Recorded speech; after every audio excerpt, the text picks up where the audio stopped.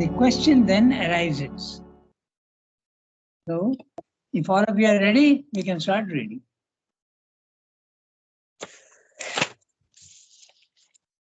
Shall I read? Yes, please.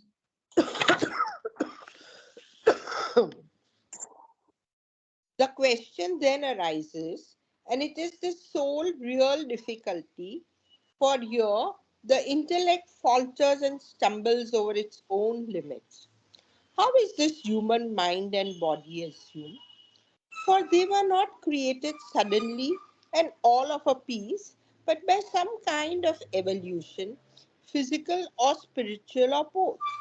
No doubt, the descent of the avatar, like the divine birth from the other side, is essentially a spiritual phenomena, as it is shown in the Gita's Atmanam Srajami. It is a soul birth, but still there is here an attendant physical birth. How then were this human mind and body of the avatar created? If we suppose that the body is always created by the hereditary evolution, by inconscient nature and its immanent life spirit without the intervention of the individual soul, the matter becomes simple. A physical and mental body is prepared fit for the divine incarnation by a pure or great hereditary and descending Godhead takes possession of it.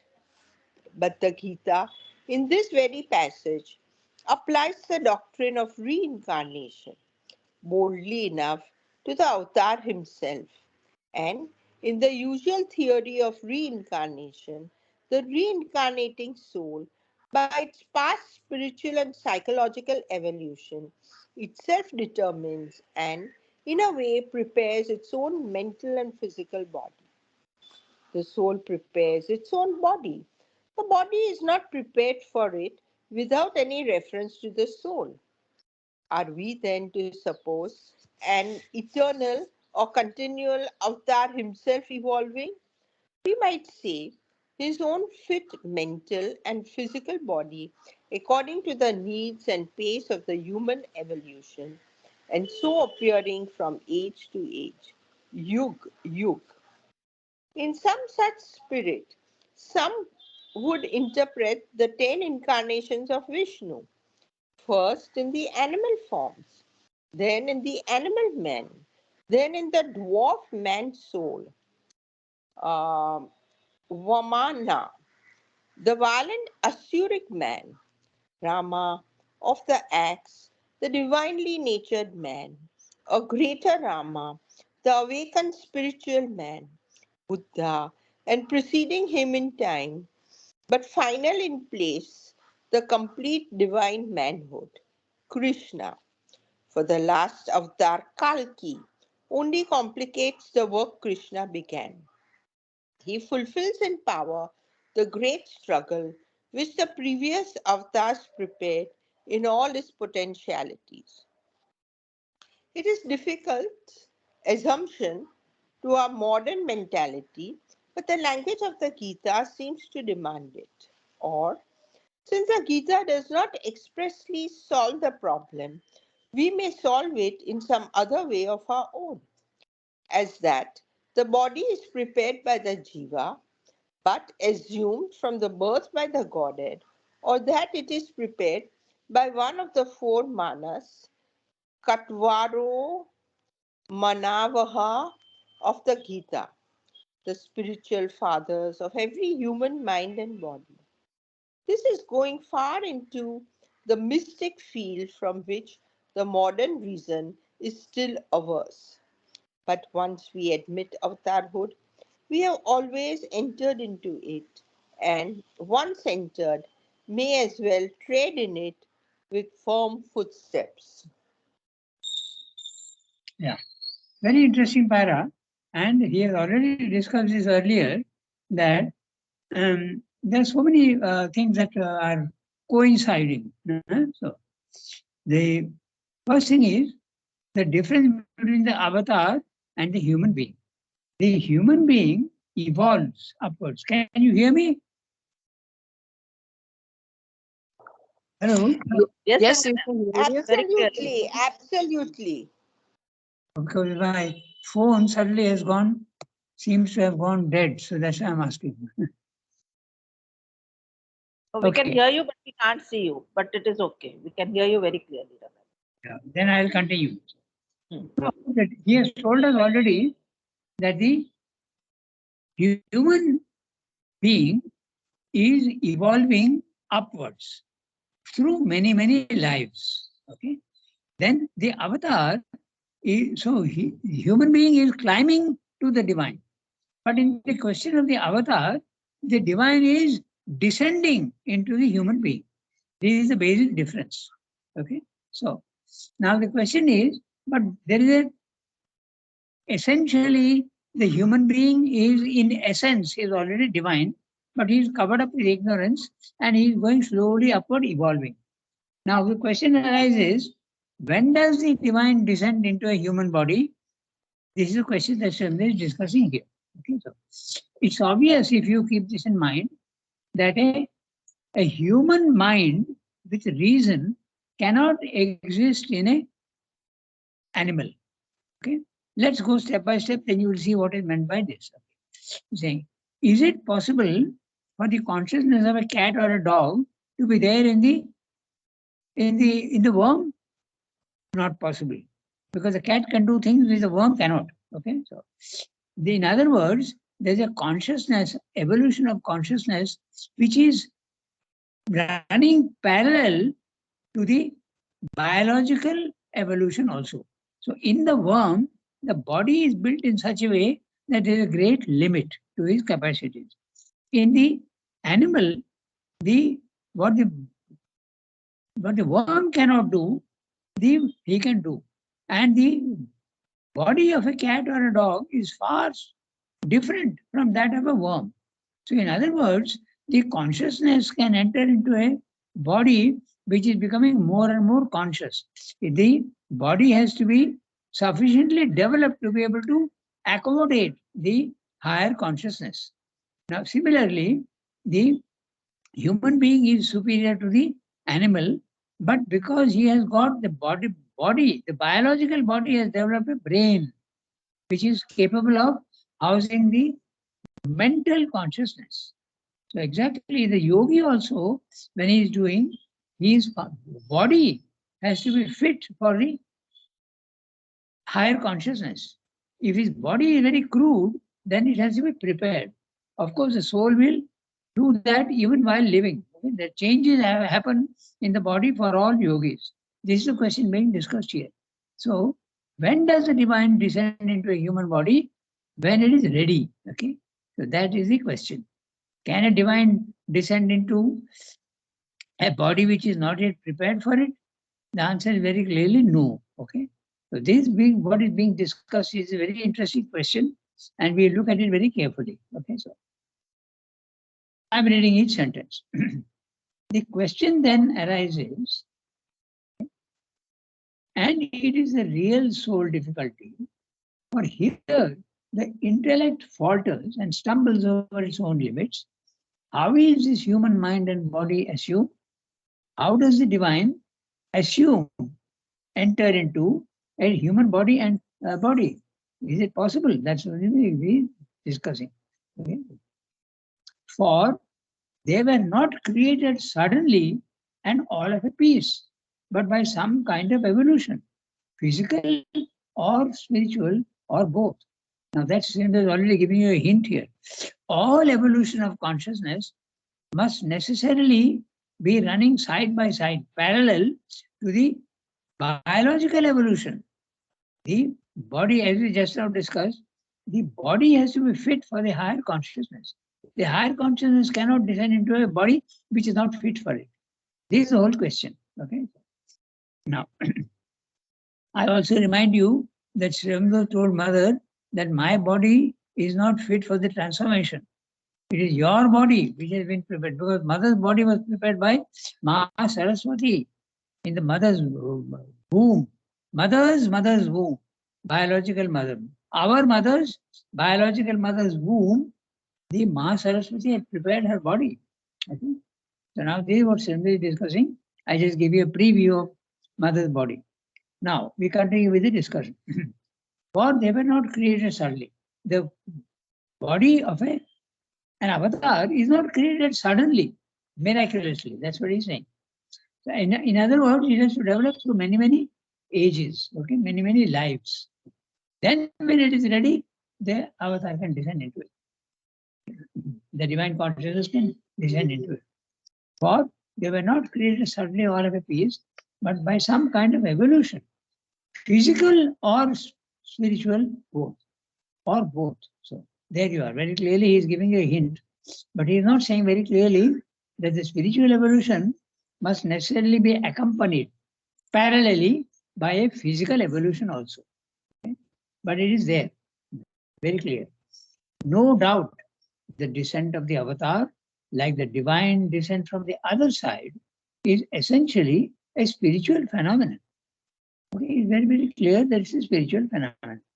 As is shown by the Gita's Atmanam Srijami. I am creating my own soul. Okay? It's a soul birth. It's not physical birth, but a soul birth. But still, there is here an attendant physical birth. Very clear. No? There has to be a physical birth also into which the divine soul can descend. How then were this human mind and body of the avatar created? If we suppose that the body is always created by the hereditary evolution, by inconscient nature and its immanent life spirit without the intervention of the individual soul, the matter becomes simple. A physical and mental body is prepared fit for the divine incarnation by pure or great heredity, and the descending Godhead takes possession of it. Okay? If you want only the physical aspect, the physical body being prepared, and that can take place only through heredity. So that's the argument is giving us in the beginning. A physical and mental body is prepared for the divine incarnation by pure or great heredity, and the descending Godhead takes possession of it.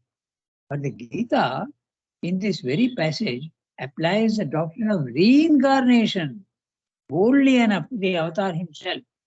Okay? So it is a reincarnation. That means, in other words, many lives the avatar also has had. And what was he doing through all those lives? He was preparing the body for, and consciousness for the divine descent. Now, I just refer you again to one question, and you have to understand that in the correct way. We discussed this last time, I think. Someone asked him, though, you are the avatar, and you have previous lives. What were you doing in those lives? So Srimati very laconically, very summarily said, carrying on the evolution. Okay. Now this carrying on the evolution, is it only the avatar who is doing? The answer very clearly is no, because the evolution starts even at the physical level, at the inconscient level it starts. Where is the avatar in the inconscient? So the carrying on the evolution can be at the highest level of the avatar. It can also be at the inconscient level. Even the worm is carrying on the avatar, the evolution in a certain sense. Okay, that is the discussion being done here. So when Srimati says I was carrying on the evolution, he was Leonardo da Vinci, he was Augustus Caesar.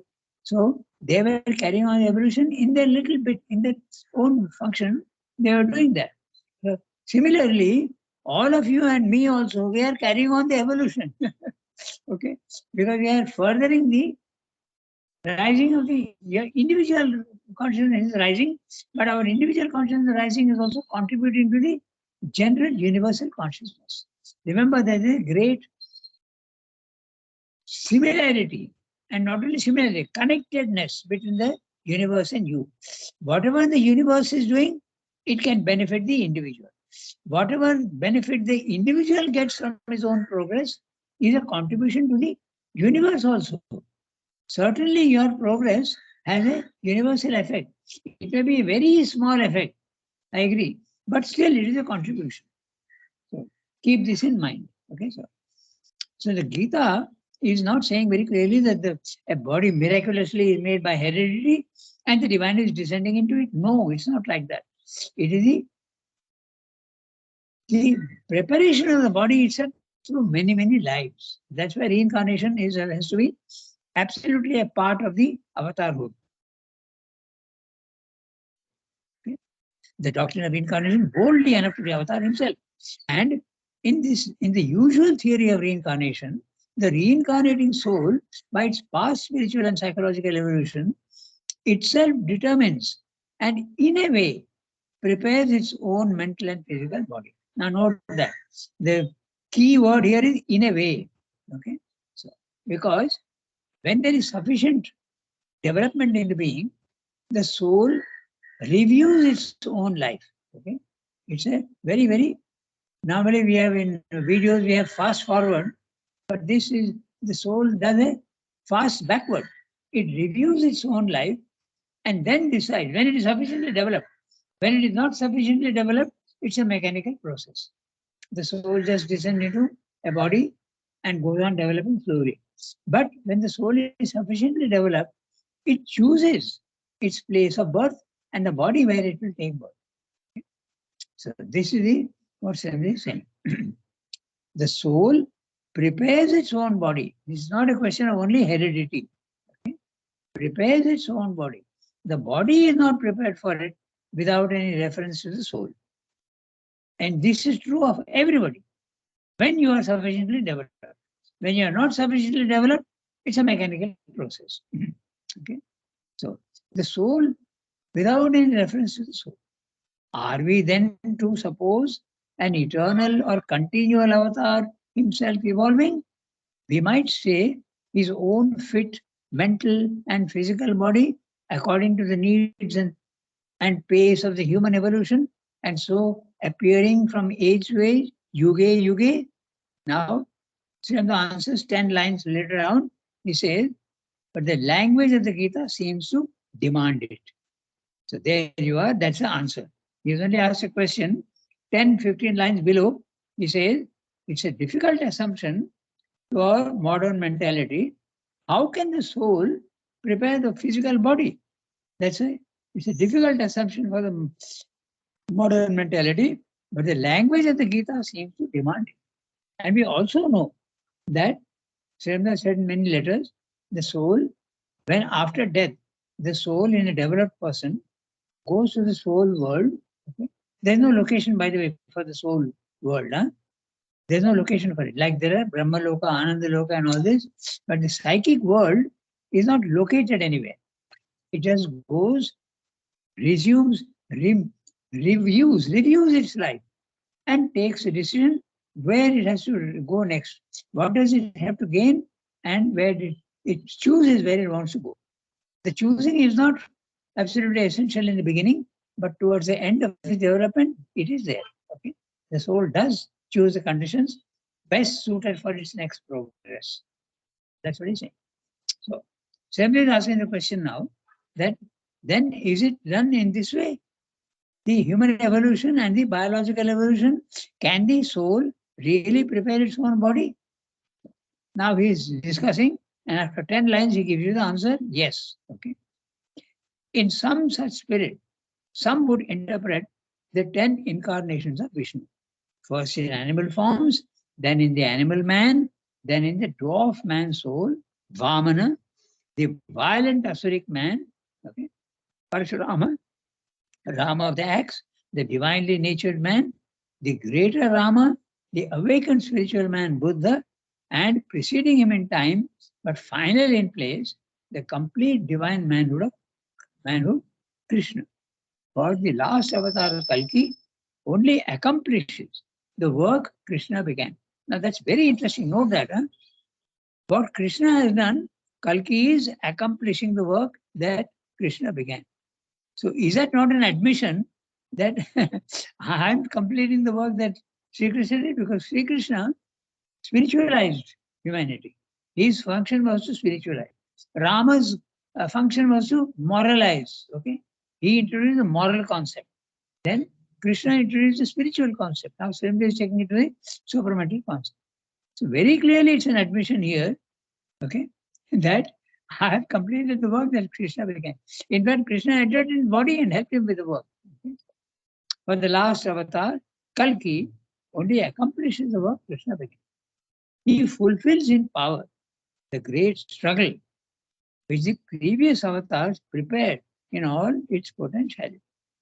It's a difficult assumption to our modern mentality, but the language of the Gita seems to demand it. Demand what? That the soul prepares its own body. Okay? Or, since the Gita does not expressly solve the problem, we may solve it in some other way of our own, as that the body is prepared by the Jiva, but assumed from birth by the Godhead, or that it is prepared by one of the four Manus. Okay? I will list the Manus, okay? Chatvaro Manavaha of the Gita, the spiritual fathers of every human mind and body. This is going far into the mystic field from which the modern reason is still averse. But once we admit avatarhood, we have already entered into it, and once entered, may as well tread in it. So we will now see what are these 10 avatars, the 7 rishis, and the 14 manavas. Okay, manus. The manava is the plural, manu. Okay, so the 10 avatars we know. Matsya, the first, it's a fish. Then the next is Kurma, the tortoise. We pronounce in India, we pronounce tortoise, but actually it is tortoise. They pronounce it that way. Okay. So the tortoise is both. It's possible on water and land, both. Okay. The next is only on land, both. Okay. The Varaha. Okay. Next is the Narasimha, lion man. You can see the slow, gradual development. Okay. Lion man. He is animal as well as man. Okay. Then you have the Vamana. Now he is man, but he is a dwarfish man. Very small man, not big. The next is the Parashurama. Parashurama is a violent, vital man. Okay. Then he is man, but dominated by the vital. Next is Rama, the mental, moral man. Okay. Then you have Krishna, the divine man. Buddha, the avatar. Buddha was added later on, I understand. But anyway, because this theory is very old. It was there before even the Buddha was born. Then you have the Kalki, which is the future avatar. Okay. So Kalki is the last. And note interestingly that this also I'll have a small discussion with you. Note interestingly that the Kalki is the last avatar. Okay. So when there's in correspondence, there is this question is raised. Someone is telling Sri Aurobindo, you are the last avatar. So then Sri Aurobindo has a little humorous aside, and then it's interesting because if Sri Aurobindo has brought down the supermind, okay, then there is not one avatar, but all the Superman are avatars in that sense. So naturally, Kalki has to be the last one. It fits in so well with the theory of the Superman, because the Superman is clearly an avatar. He can even prepare his own body by his own will, not only by the soul, but own will. Okay. So this is a question being discussed, and these are now we know the chapter heading, the process of avatar. So what is the process of avatarhood?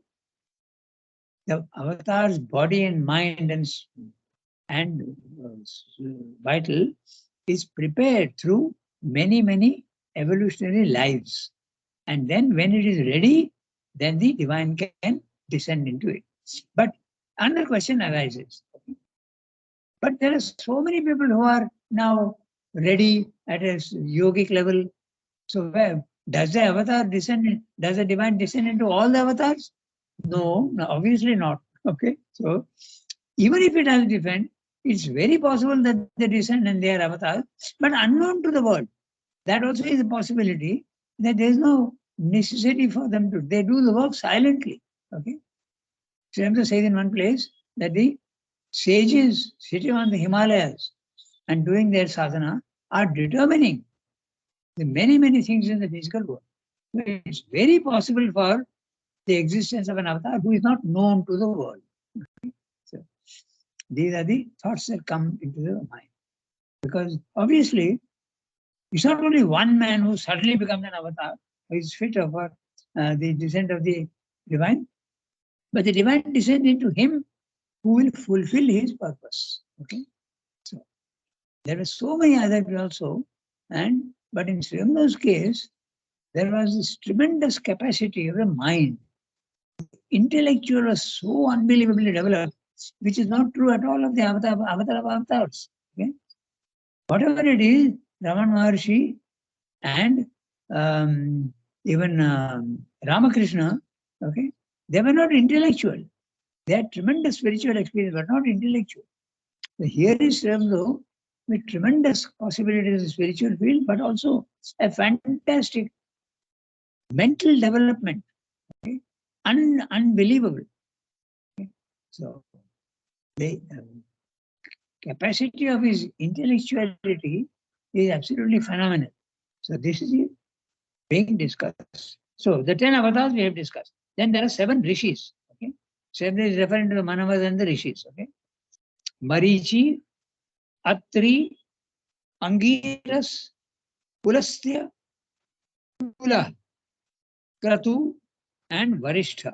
These are the 7 rishis. Then there are 14 Manus. Okay, so Manu normally you speak of the original first man, but here the Gita speaks about the 14 Manus. Okay? Swayambhu, Swaroshisha, then Autami.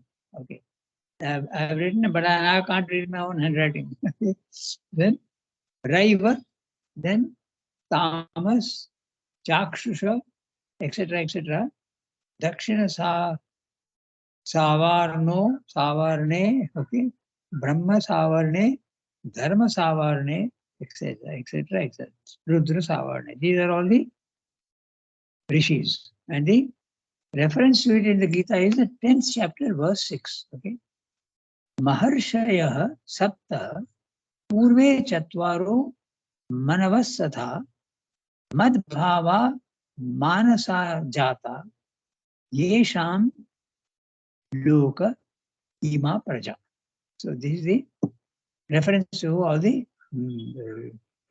referring to the 7 rishis and the 14 manavas. Okay, so, Manus. Okay, so very interesting question, and it has solved many problems. And I'll just go a little aside because it's a very interesting thing.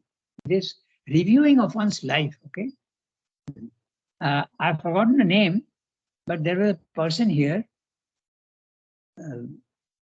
There's a person here who was she was a lady, and she was a Bengali lady, and she was manager in that clothing company which was started by a Britisher. What is it? I've forgotten the name. They make clothes only. Many of our people go and buy the clothes from there.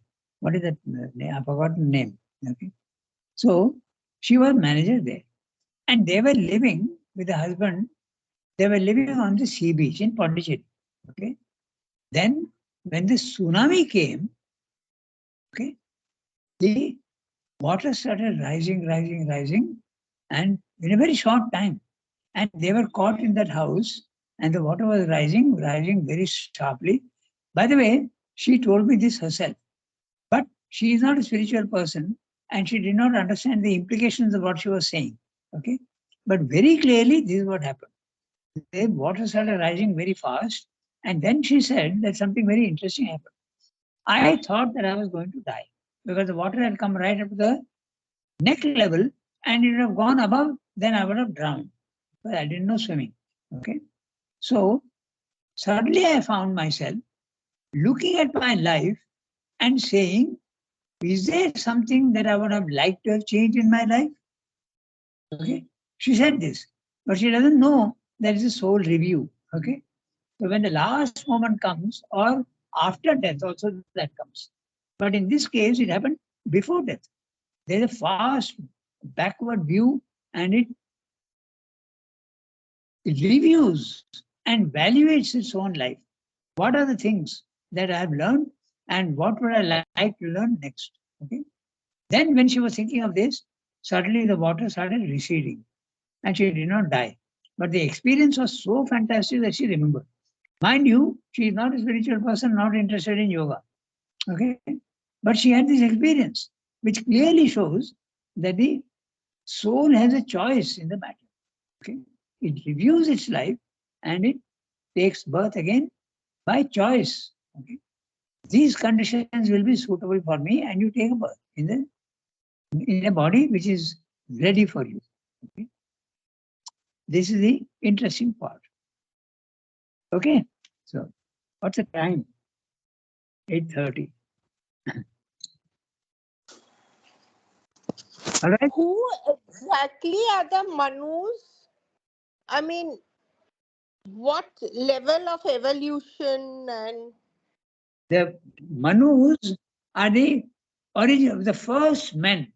When the animal evolves into a man, they are the first men. Okay. Actually, there is Manu, he is the first. It's not true. It's not a physical fact. There is no physical Manu. It's symbolic. How can there be a physical Manu? As very clearly, you are half animal, then you are semi-animal, then you are a violent man. So it's a concept that the transition from the animal to man is a Manu. It is represented by the Manu. It's not a physical thing, it's a symbolic thing. Okay. We have the Manu Smriti also. It's a spiritual scripture where the human values are enunciated. Okay. So I don't know what the time is. It's 8:30. So if you have got 10 minutes, then maybe we can, yeah, then maybe we can read the next para. How big is it? Let us see.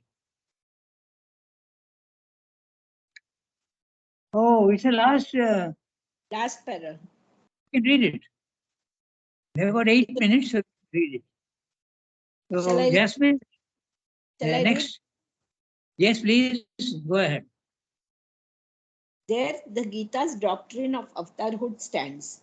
We have had to advert to it at length in this aspect of its method, as we did to the question of its possibility, because it is necessary to look at it and face the difficulties which the reasoning mind of man is likely to offer to it.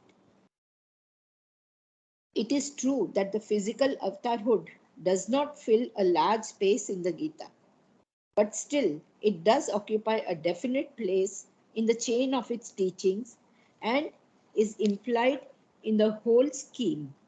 The very framework being the avatar leading the Vibhuti, the man who has risen to the greatest heights of mere manhood, to the divine birth and divine works. No doubt, too, the inner descent of the Godhead to raise the human soul into himself is the main thing. It is the inner Christ, Krishna, or Buddha that matters. But just as the outer life is of immense importance for the inner development, so the external avatarhood is of no mean importance for this great spiritual manifestation. The consummation in the mental and physical symbol assists the growth of the inner reality. Afterwards, the inner reality expresses itself with greater power in a more perfect symbolization of itself through the outer life. Between these two, spiritual reality and mental and physical expression, acting and returning upon each other constantly, the manifestation of the divine in humanity has elected to move always in the cycles of its concealment and its revelation. This is that completes the process of the avatarhood. So now we are very clear what is how the avatar is determined. First of all, through evolution in many lives, and then finally, when the body, mind, life are sufficiently developed, first of all, the consciousness has to develop, then the divine can descend into that body. And there may be many people who have got now the capacity for the divine descent.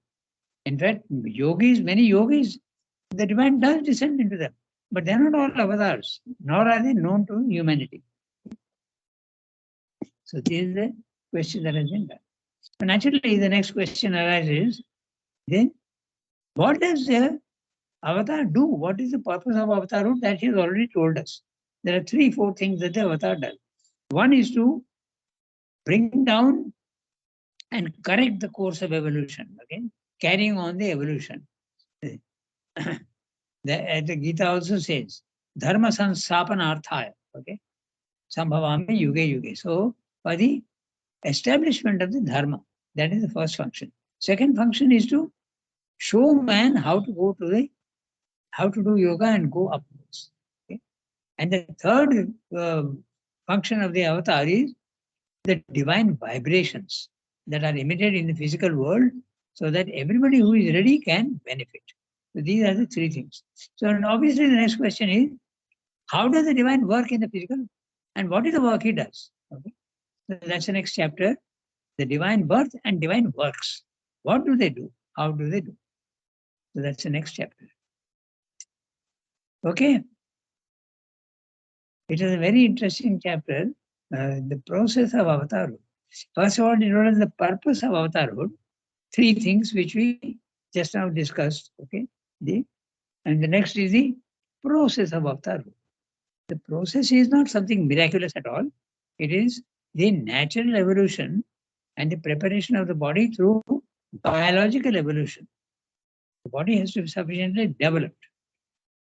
As we discussed also very clearly, animal levels also, there is a more and more complexity. The biological complexity goes on increasing.